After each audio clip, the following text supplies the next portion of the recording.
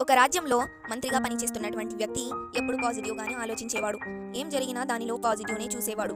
ఇలా ఒకరోజు ఆ మంత్రి తన రాజుగారితో కలిసి అడవికెళ్తాడు. అలా చెట్ల మధ్యలో గుర్రంపై అడవికెళ్తుంటే మార్గ మధ్యలో అనుకోకుండా రాజుగారి వేలు తెగి కింద పడిపోతుంది. బాధపడుతున్న రాజును చూసిన మంత్రి అంతా మన మంచికే అని దీనిని పాజిటివ్గా తీసుకోమని చెప్తాడు. అసలే బాధలో ఉన్న రాజుకు ఇంకా కోపం వచ్చి మంత్రిని ఎక్కడానికి వీల్లేదని ఒక పెద్ద గోతిలోనికి తోసేసి వెళ్ళిపోతాడు. అప్పుడు కూడా గోతిలో పడ్డ ఆ మంత్రి అంతా మన మంచికే అంటాడు.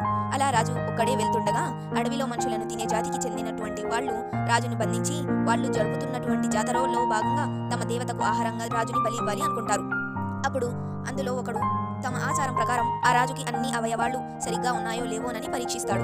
రాజుకు ఒక వేలు తిరిగిపోవడం చూసిన అతడు ఆ రాజు బలికి అర్హుడు కాదని అతనిని వదిలేస్తారు.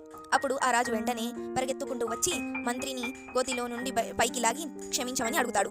తర్వాత మంత్రి గోతిలో పడటం ద్వారా వారిద్దరికీ ఎలా మంచి జరిగిందో చెప్తాడు. అప్పటి నుంచి ఆ రాజు కూడా మంచిగా ఆలోచించడం ప్రారంభిస్తాడు.